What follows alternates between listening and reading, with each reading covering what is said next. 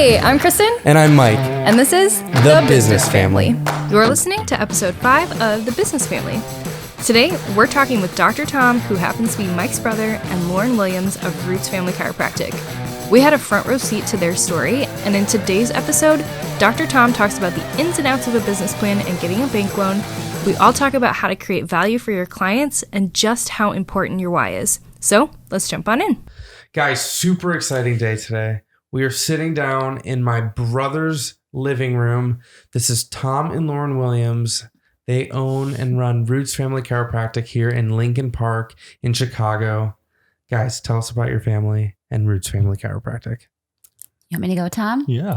So Tom and I actually met in undergrad. We met in anatomy lab. Super nerd Love's status. Not dead. Oh, cool. That was my best man speech at the wedding. It was like wrapped up around that. And that was the only laugh I got the whole time. That's awesome. So we met in undergrad and we actually got married while he was still in grad school at Palmer. We were actually just talking about this. We got married on Saturday and then he went back to school on Monday, grad school for chiropractic. Gosh, and then I went crazy. back to work on Monday. We were crazy. And then after school, when he graduated from Palmer, we moved here to Chicago and we've been here ever since. It's been almost 4 years. He opened up Roots right out of school. I alongside him as his office manager, kind of doing all the behind the scenes stuff. And we actually found out we were pregnant with our son, Oliver, a month after we opened up the office. Yeah. So pretty much we got pregnant with him the month we opened our office then, because you usually find out when you're like 4 weeks along. So it was pretty crazy. He came with us to the office for his first 6 months of life around there. And then after that, we've kind of got some new childcare stuff. But yeah, do you have anything else to add? Yeah. Oliver came to the office with us after 2 weeks of being home with Lauren. I was able to take off a little bit of work. I would take off the mornings, go in the afternoons, and our family practice allowed us to schedule people as we pleased. And so we were everybody was able to come later in the day, and I was able to extend it as long as I wanted. And people were really understanding of why I would do that. And then, Lauren, before we even had Oliver, she was laboring in our practice. And so that kind of shows how our family practice is unique. We take care of a lot of kids, pregnant women. And it was just a really interesting experience to see her in labor as I was taking care of people, as we were, going through lunch and all of these different things. And it was a really unique experience. Yeah, I feel like everything about our story has been kind of fast and furious. But when I was laboring in the office, I remember people being like, "Can I drive you home?" And we're like, "No, we got this. We got this." And that's kind of how really we've been. So yeah. Awesome. I love it. And you guys touched a little bit on it, but I would love to hear a little bit more, just so people know, like a little bit more about your philosophy with chiropractic, because I've gotten a first, hand seat at hearing all about it, learning about how you're pediatric focused, why you want to be, and family focused. So tell us a little bit about that. Yeah, definitely. And so the reason we opened up Roots Family Chiropractic together in Chicago was, one, we wanted to live in Chicago and we wanted to live in Lincoln Park or Lakeview area, but we wanted to take care of families in a very unique way, especially kids dealing with either different sensory neurodevelopmental challenges or just kids looking to raise them in a healthy way rather than trying to fix them as they grow and are adults. And so that's where chiropractic, you typically think of neck pain, back pain, headaches, rehab, therapy, and that's out there. But what we're really focused on is the health of the nervous system.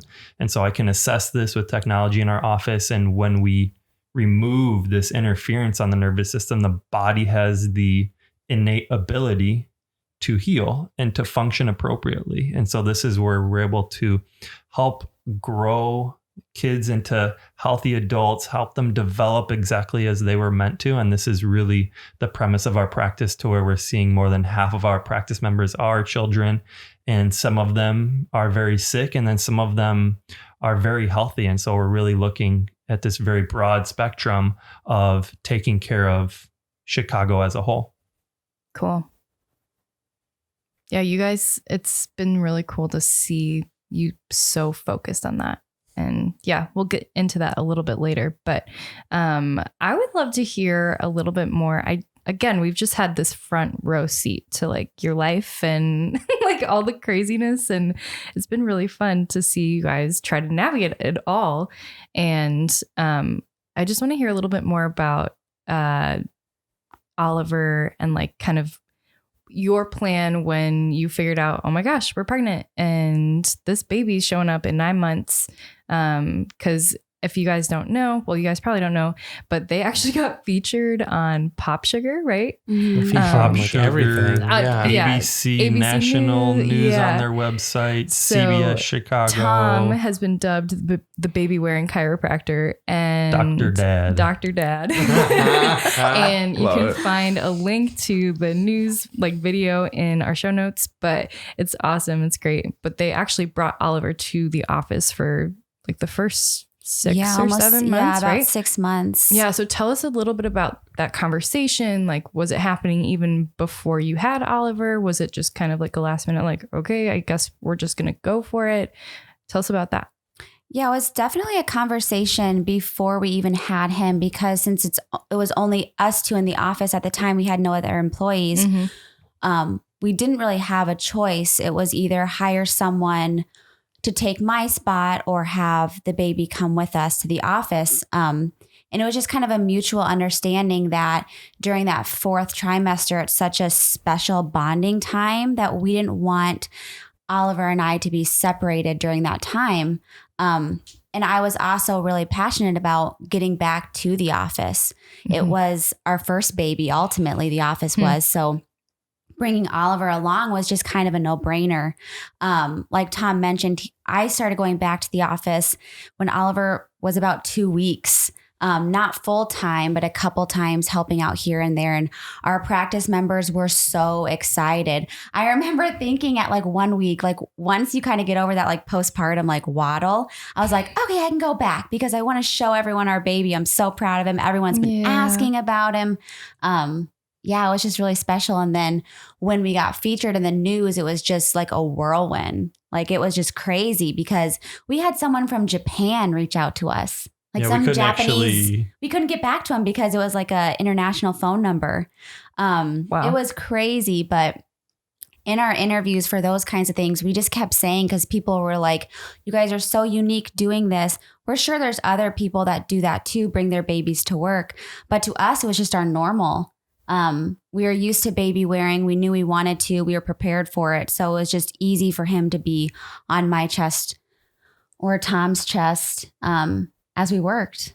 Yeah, and it was really out of necessity too. We weren't in a place where we could hire someone yet. And so that's where we wanted to bring Oliver. We were excited to have him there. And, you know, whenever he was being a little bit more fussy, well, Lauren would step away and go take care of him. And when he would sleep, I would typically hold him in a carrier because I really loved holding him and I really loved being close to him. And so it was something that was really great with the way that I provide care. I don't necessarily need to be, you know, handling people like you typically think of a chiropractor, because it's a lot more focused, a lot more specific. And so he was able to stay on my chest and people are pretty much laying face down on the table. So it was a really great experience and it was a blast.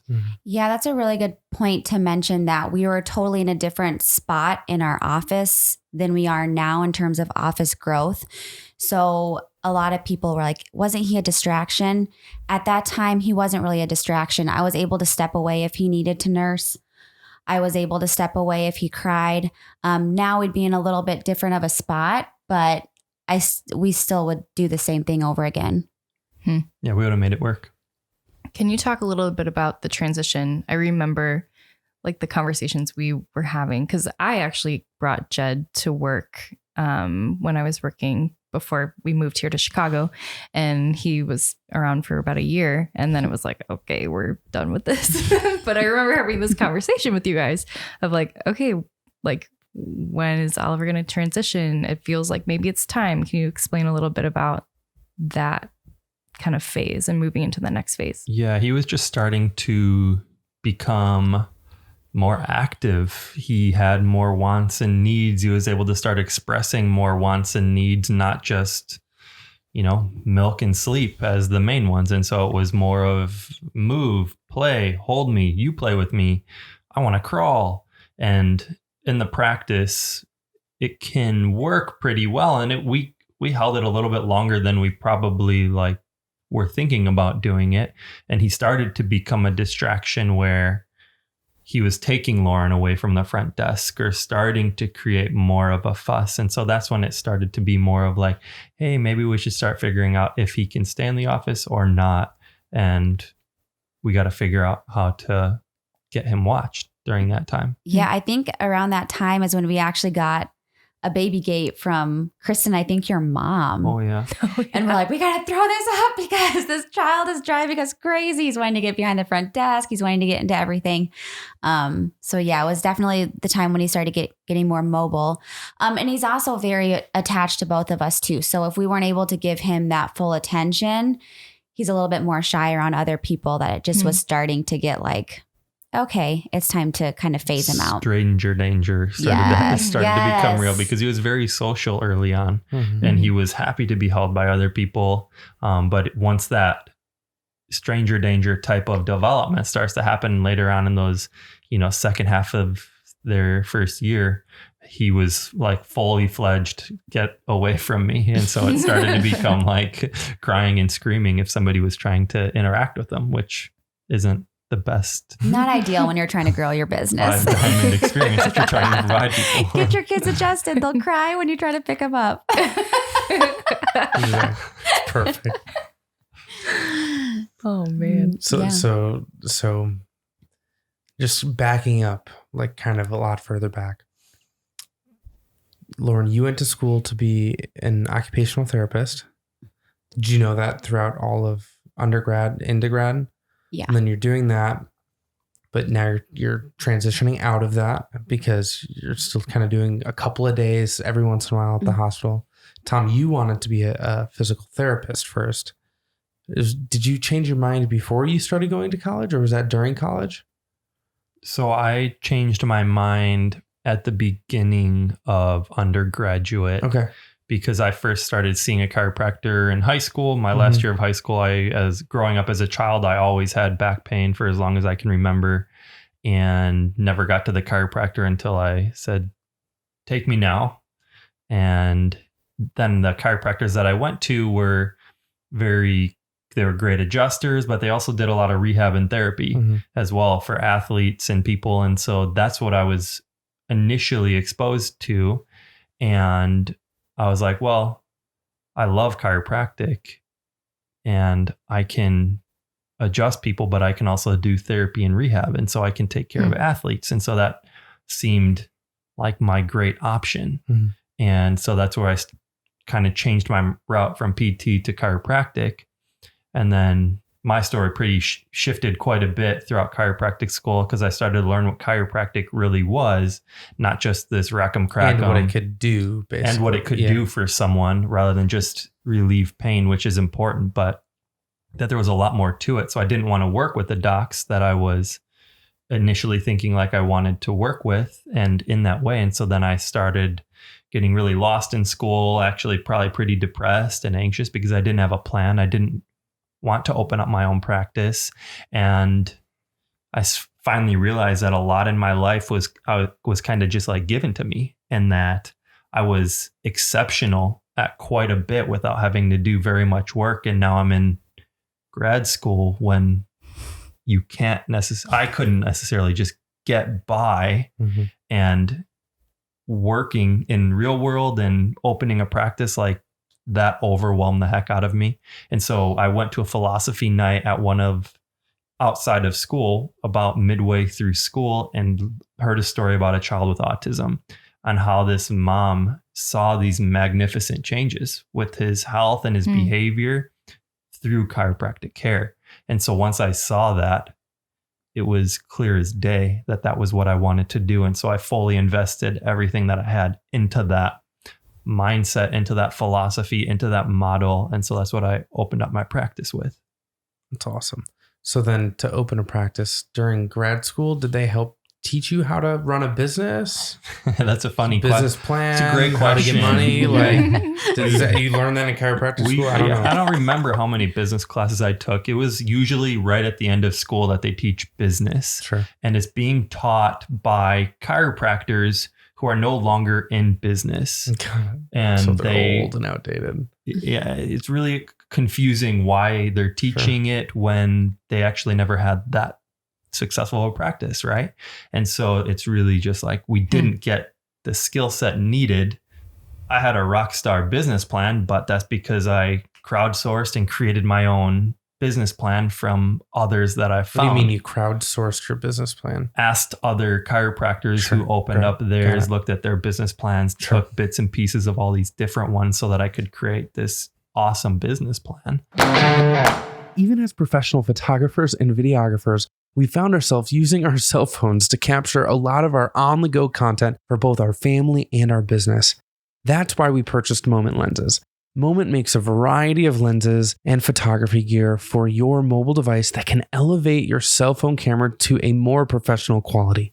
If you're interested in learning how Moment lenses can up your cell phone game, check out thebusinessfam.com/moment and get 10% off any of your purchase. And go from there. But the real business... What does a business plan entail even? Oh my gosh. Like, I'm serious. You know, that's... Like, I'll pull up a file for you to look at because what are like the couple of things? It's just like it's not a couple timelines, things. like it's massive. everything. I had to write them when in I went college. to banks, I pitched them with my business plan and my financial plan.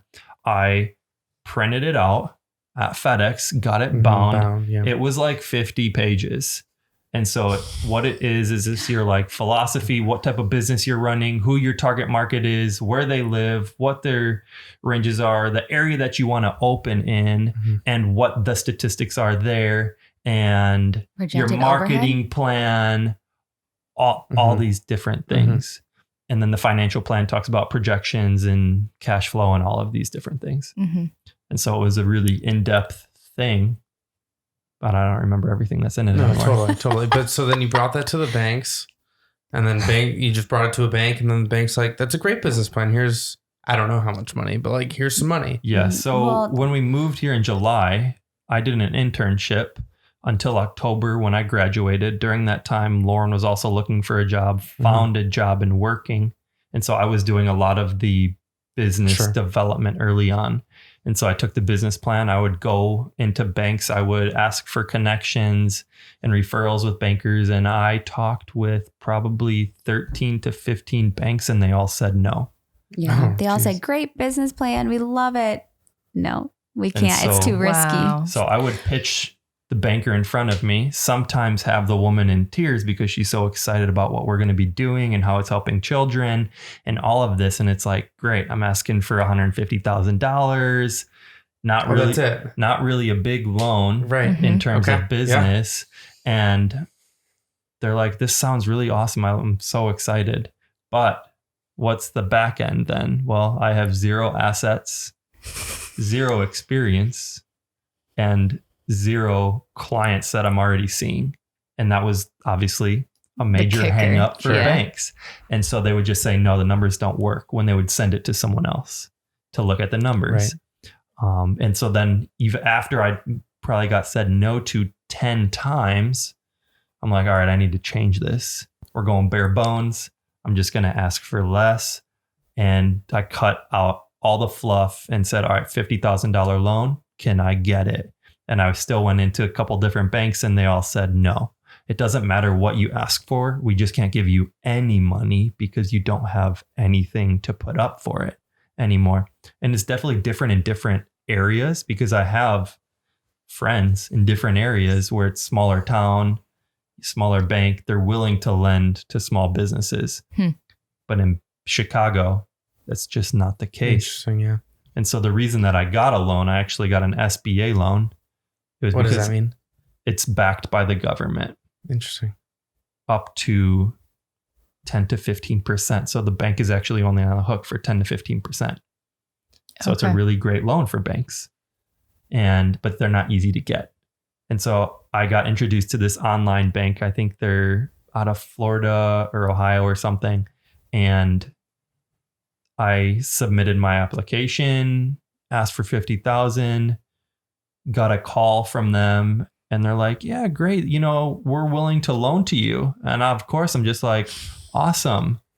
And they're like, but I think you'll need $75,000. And really wanted, yeah. What? Can you give us more? So it was a really interesting process. That is interesting. Because they've lended to a lot of chiropractors before, and they know that like we need more capital. And I did thankfully need that more capital. We would have been in a lot more trouble probably if we didn't have it. But we were able to get the loan. It was a very long process because of the SBA criteria. It took months to actually finish getting the loan because of everything that was in play, and the lease needed to be signed pending the loan and all of that. And so I was searching for a lease. It was very difficult as well. And through that process, I think we found the lease we were going for and the loan by like March of 2016. So July 2015 to March 2016, finally getting solidified. And then we started build out in April. In April, we executed the lease. And so then we were finally able to open through August. I remember. Oh, yeah. It was kind of crazy time. I remember when just like the building out, that was so fun. Mm-hmm. I just remember there was one. I never want to do a build out again. I just remember there was the week that we opened, there was one morning where I literally got into the shower and I was like, something feels really weird about this shower. And we had been pulling like almost all nighters just because everything was like IKEA building and stuff. So we're like, anyone come over, we'll give you pizza if you help us. And I walk into the shower, I'm like, something feels funny about this. And I was literally dressed head to toe in my pajamas, washing my hair. Like it was like no thing. Never heard like this. It was no thing. Yeah, because we were just so tired. Wow. Like, we were so excited, but so tired. I'm like, okay, I guess I'm just gonna finish the shower. And now my PJs are also clean. Oh my That's God. so funny. Yeah. I love it. So the bank loan, that's just for like the build out and for rent and like for Yeah, what, tell what us else about do the you, fluff. I want to hear about this fluff that Well, you cut you out. know, Like what did you decide to cut? how'd you know? cut $75,000 Yeah, like you worth of thought you stuff? needed- It was like also working capital too. Okay. So you try and get 6 months of like solid working capital that you can pay yourself off, that you can live off of too. Mhm. Got it. And well, Because that's cheaper than living off a credit card. right. Because it's your job and you're not working another job. So It's the Makes best sense. loan you can get for the rate. sure. And that's just typical business, is trying to have that working capital. But also, what else did I cut out? Well, high-end furnishings, someone else make my desk that's actually designed to be a desk and not be my uncle making us our desk, which turned out great, but it's not perfect, right? And so we cut out a lot of these different things that would have been just nicer, right? I shopped at IKEA and we built everything, and it's not the greatest materials, and we just cut as many corners as we could we did all the labor ourselves, right? Mhm. And so it's like we cut all these corners to make it easier and more affordable, and that money ran out fast. I'm sure. I'm sure. So you mentioned at the beginning, before we even started recording, that you would do things differently. Can you explain a little bit of what you meant by that? Yeah, that's a tough one. I was talking with You brought Lauren. it up. I was talking with Lauren about that, and she got a little upset about it because we just did it and we're doing okay. Like, am I happy we open an office? Yes. I just would have taken less risks with opening the business because I didn't create any type of barrier between my family and my business. I was willing to put my name on a piece of paper, no matter what it said, if it got me to opening my business, while I still had all the equity in it. And in reality, I should have been a little bit more risk adverse or tried to find better deals, maybe for In what ways? Like what risks wouldn't you have taken? I would have decreased my overhead. Maybe How? I open up a smaller space, Sure. rent Got one room rather than build this beautiful facility that we still were able to do at an affordable rate. But Sure, but it's a lot more when expensive. your overhead starts out at $7,000 to $10,000 a month, Right.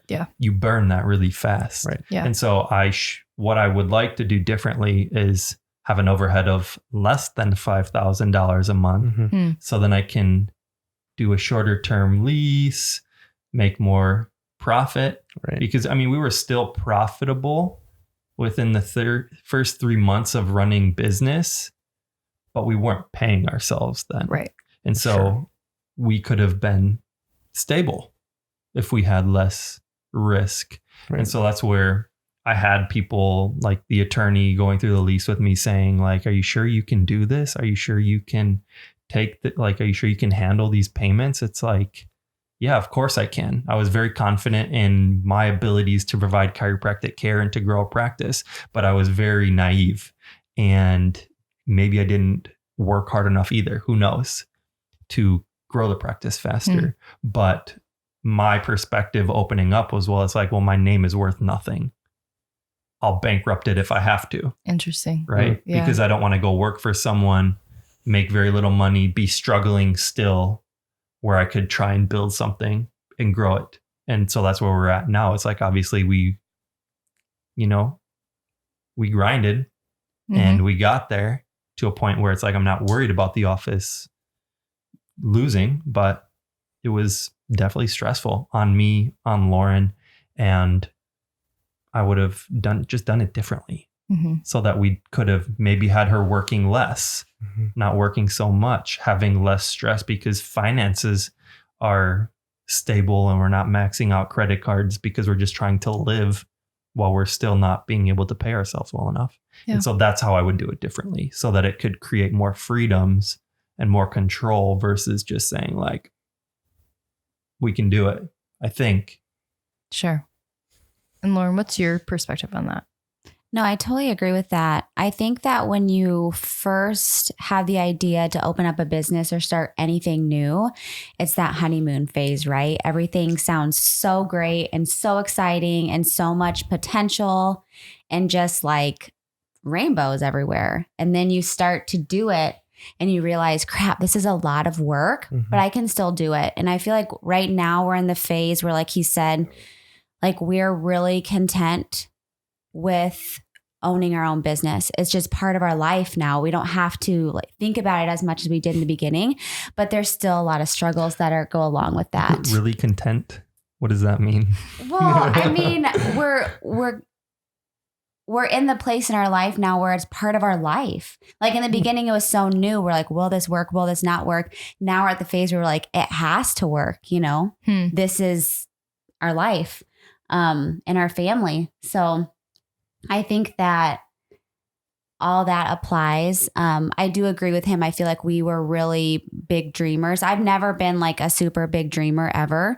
And then I married this guy and he's like, we can do all these things. I'm like, yeah, we can do it. Which is so great. And I really love you for that. But I also think that a lot of our life, like I said in the beginning, is so fast and furious that we never really pump the brakes to take a step back. And I honestly don't think that we did that until we went on vacation a couple months ago. That was really the first time that we kind of pumped the brakes through everything, and kind of just reflected and took a step back of, this isn't really working for our life, how we're running our business right now. How can we make some changes? So recently we made some changes and I feel like it has really helped, our business and our marriage too.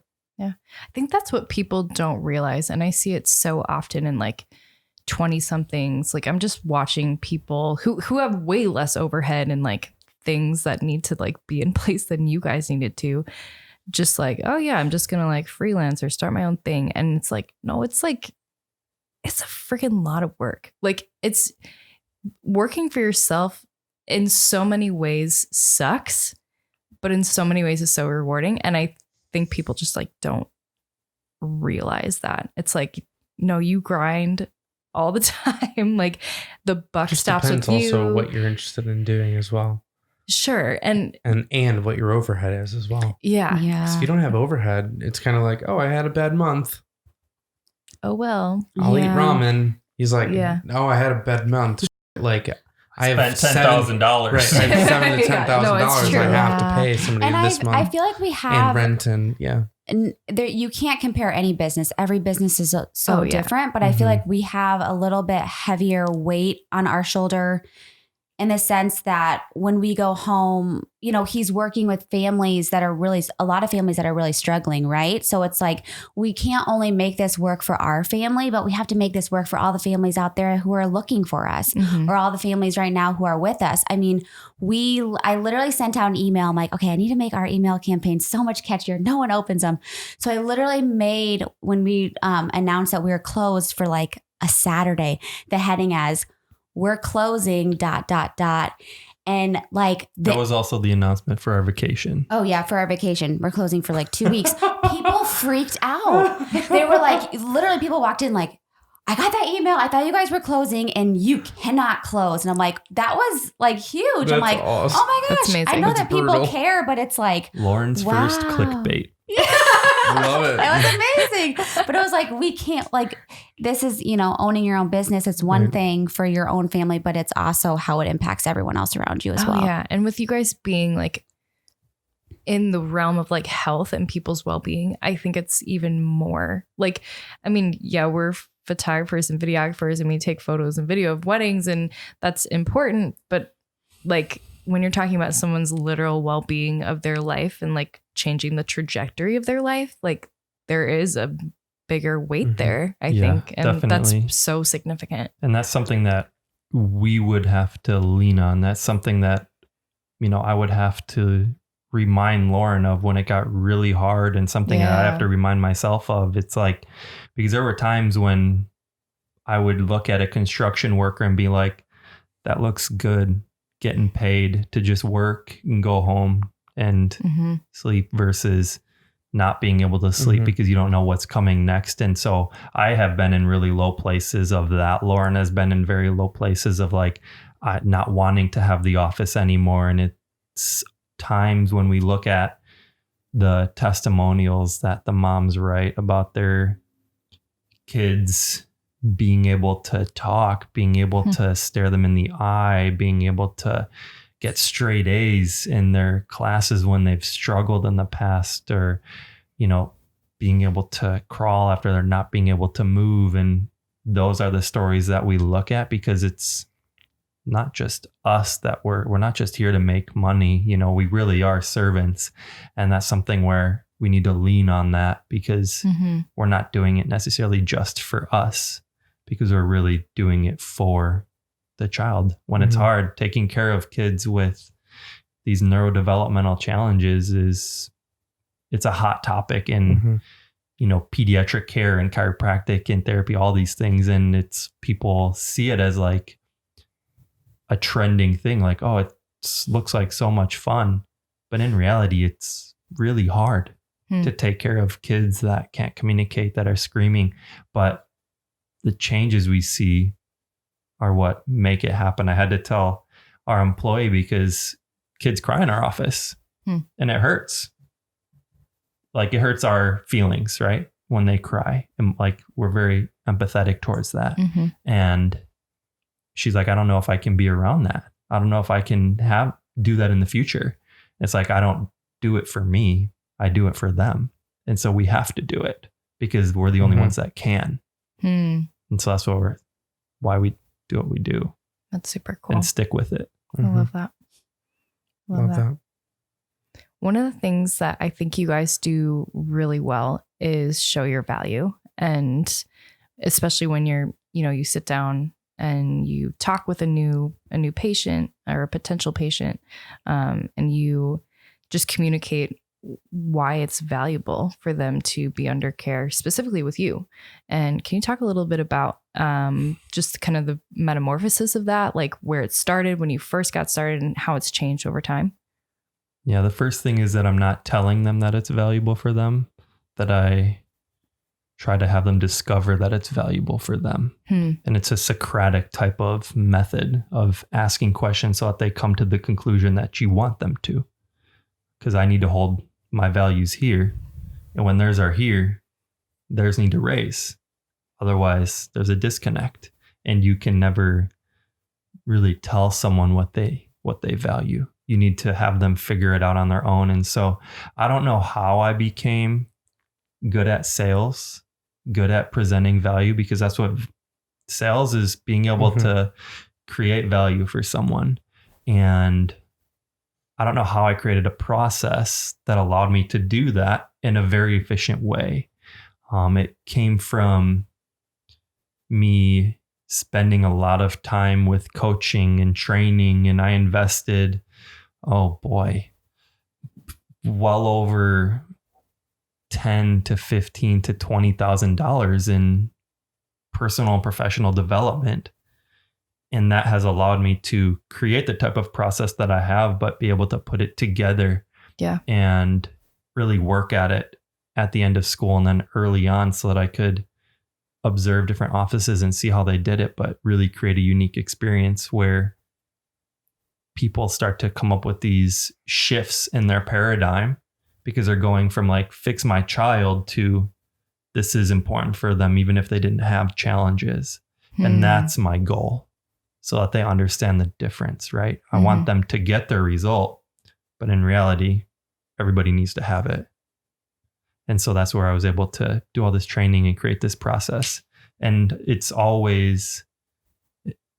been very similar since I started, but I want to always be more efficient with my time, with my energy, with our systems. And so that's why next month I'm doing a workshop to figure out if I can make my systems more efficient for that intake process, for someone to create value in a quicker way. And it starts from the beginning. It's not just when they're in the office, but the number of touch points that they have with us outside, how we've branded ourselves on our website, our social media that Lauren does, what the reviews say, how that person answers the phone or communicates before they even schedule an appointment. So that's where we've shifted that. And now I'm doing the intake calls and pre-qualifying people, because I don't want to waste someone else's time coming in and they had different expectations, but I also don't want to waste mine, because it's taking away time from my family. It's taking time from my energy, and that just doesn't work. Yeah. I mean, you guys do a really good job with Trailhead Creative of just like creating an experience for your clients, even before you shoot their wedding day or engagement photos. And I feel like we've been really working on that, of creating an experience for the people that walk through our doors. Everything from the color scheme, making it feeling warm and inviting and not like a sterile office that they're used to going to every day. We are a family practice. And so people, even if I'm not there, that he talks about his wife that works for the office. People know that. They see that on our website. We want our families to feel comfortable with, even just if their kids are running around, like it's not a big deal. Like, you even have like literal, like a whole toy section for the kids. So we have a toy room. We have an adjusting table specifically for kids. We're working on getting his exam room to be more kid friendly, having more toys in there. So the value really begins even before they meet with him, of just kind of creating that experience for the people that walk through our doors. And we get complimented on that all the time, even if it's single people that don't even have kids. So I think that's something that we really pride ourselves on as well. Lauren, can you share a little bit about your social media? I've obviously gotten to watch your strategy and stuff like that. And you used to do a lot more like chiropractic focus, like articles, posts, stuff like that. But you've kind of started to shift, and tell us a little bit about that. Is there intentionality behind it? All that kind of stuff. Yeah. So I still talk a lot about chiropractic because that's really our meat and potatoes. But we've also started incorporating more tips and tricks for the people in our office and the people that follow us, so that they really feel supported in overall health, and not just the chiropractic aspect of it. In our consultation, Tom talks a lot about the 3 T's. So removing those from your life, your negative thoughts, traumas that happen, and toxins. And so I'm really trying to focus our posts and our blogs and everything that we do around that and having people feel supported. Because when they come in our office, we only do chiropractic. We don't do outside therapies. We don't do nutrition counseling. We have a couple supplements that we recommend, but it's not really pushed heavily because we know the importance of chiropractic. No one else does it like us, right? So if we have someone that needs something else, we'll refer them outside. But I know it's just as important for the families in our office to live a healthy lifestyle in all areas, even when they leave our office. So if they come to our office and get adjusted regularly, that's amazing. But if they're going home and eating McDonald's or going home and using, I don't even know, because we don't sitting even use on the couch anymore. for 2 hours watching TV, or feeling using bad about themselves. like Pantene Pro V shampoo or something, we Really? toxic shampoo. Well, we I don't just know. got sponsored by Pantene, so like, gotta edit that out. It's going to impact their health and it's going to impact their healing. And so we want them to know all these added things that they can be doing on their own, because people like that. They like to feel like they're responsible for something at home, and we want them to do these things. So, yeah. Do you have anything to add to that? You just consistently did posts. Yeah, I guess. So that's where, like, in the beginning, your posts weren't as great. We were both doing it. And it's literally just a learning process on how to start to like design posts yourself and create more engaging content. And I guess for people out there that are looking for more just social media tips, on our Facebook, we post at least twice a day. And on Instagram, we post at least once a day. And then I post blogs on our website every 2 weeks. So consistency is really key that's great for us. Yeah. What would be your number one piece of advice you'd offer to another family if they were interested in starting a business? What kind of business? Just like they have their day jobs. They're just finishing out college. Yeah. And they're like, I don't know how to do that. Yeah. Me and my wife, we can't work together. It's a tough one. That was another tough one that I had figuring out, like, what's the one thing that I could say that would make a big impact. Well, what is it for someone? I don't know what the one thing is, but it's really taking a look at what you're looking to do and where you're at in your life, right? Like when I did it, I didn't have anything to lose. And at that point, you didn't even have a kid. Right. And I didn't have a kid. Making those decisions. Or thought of a kid. So I was willing to just throw everything in.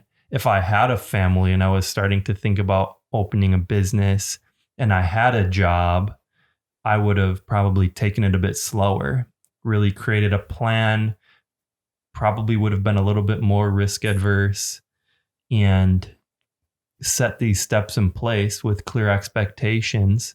And so it's like really having these ideas of what you're looking to do, but understanding that it's probably not going to take off like you think. And so that's where I would recommend someone to just really like, I'm all for people opening their own business. My holistic dentist, she let me know that she's opening her own business because I pushed her to do it. Wow. That's very cool. It's something where it's like, well, what is she doing to do that? Well, she's going to school to open up a dentist practice, but what is she doing also? Her husband still works and she still works while she's doing that. They're able to save, create capital. She has experience. And then when they open their practice, I think he's going to work with her. And so they are going to really run a true family practice, but they're going to open up with less risk because they know that they're going to be able to make it because they're very unique and they have set training and plans in place. And so that's where really setting plans in place and having realistic expectations are probably the one thing I would recommend for a family, and have that clear communication on what it will look like in the different paths that the business could go, so that you know exactly what to expect. and what your next plan of action is, and then be able to adapt to it. Yeah. I think for me, it's just kind of reflecting to yourself before you take the next step on where do you actually see yourself in the next 5 years, 10 years? Because I think that I wasn't necessarily completely honest with myself. Like we were opening up the office and I'm like, I want to be this boss babe. You know, like everyone's like #boss babe. I'm like, I want to do that. But that's so not my personality. I'm not the boss babe. I'm the background cheerleader that's just going to cheer him on. I want the boss babe. We didn't have those expectations set. We really didn't. And so when Oliver came around, I'm like, I want to be a mom. He wants me to be a boss babe. I kind of want to be a boss babe. It was just really confusing. So I feel like sitting down and just kind of reflecting to yourself what you actually want. What do you want this business to be? Do you want this to be your family's everything, like lifeline, or do you want it to be a side hustle? Or, you know, what do you actually want it to be? And then being honest with your significant other, or whoever your partner is. It's also about that. Having understanding and grace that we're constantly changing and figuring out what we want too. Yeah. And maybe you didn't even know what you were getting yourself into. Like, yeah, you got into it and you're like, oh, that's what this is. Oh, that's how he is. No, you know what? It's so crazy because people ask that all the time. Like, how do you work with your husband and wife? And in the beginning, it was really great. And it still is great, but it was just like really easy. And then once other things get messy, it just kind of spirals. So yeah, definitely growing pains throughout it. Yeah. Yeah. Awesome. Oh, I wanted to ask you one more question. Yeah. Growing May essentials. Yeah. I want to hear a little bit. Okay. Yeah. Tell me. So Lauren's doing like a million things, right? She's boss babe at Roots. Want to be boss babe at Roots. Yeah, I guess. Stay-at-home mom. She's still working at the hospital for OT a couple days a week and started an Instagram called Growing May to kind of document family life and motherhood. And now recently just launched Growing May Essentials. And is this like going somewhere? Like, or is this just kind of like passion project? Tell me about it. It's kind of like a passion project. So I started Growing May because after having Oliver, I just really like enjoyed motherhood and everything that it entails. And so growing is the whole aspect of evolving. May, the month of May just has a ton of meetings. We actually were pregnant before Oliver and had a miscarriage in May, gave birth to Oliver in May, and May is Mother's Day. So it's just kind of like this month of just like so many different aspects of motherhood that I've been through. And then this past week, I started Growing May Essentials because a lot of people were like, you use all these non-toxic products. What are they? And it was just kind of an outlet for me to just be creative and just try something new. Not going anywhere. I'm not planning on being sponsored by anybody, but it's just more fun for me. Cool. Someone that I follow was like, do something when you are the wife to the sole business owner, do something for yourself that's fun. What is that? What's passion? What makes you happy? And I just am really passionate about women, especially moms, reducing the toxic load so that they can be better moms and have more babies if they so choose to, I guess. But yeah, so just kind of a fun thing on the side. That's awesome. I think I have like 4 posts and like 5 likes per post, but so go follow me. I have like 10 followers. Link in the show notes. But yeah, no, it's just totally an on the side fun thing. It's nothing that I'm hoping to really blast off anything. I think that's so good though. Like what you just said is like, you can get so caught up in business. And even like if you're not in the business, you can get so caught up in your spouse's business that you just don't have your own thing. I think that's really cool. Thanks. Nice. Awesome. Well, this was so much fun. Thank you so much for being on the podcast. Tom is going to try to find his business plan. We'll put a link in the show notes, throw that PDF up there. You can read all 50 pages. You can DM him and be like, yo, I read it. And I'm stealing it all. Just kidding. But yeah, super excited. Thank you guys so much for being on the podcast. And that's all we got. Yeah, it was fun. Yeah, thanks for having us. Of course. So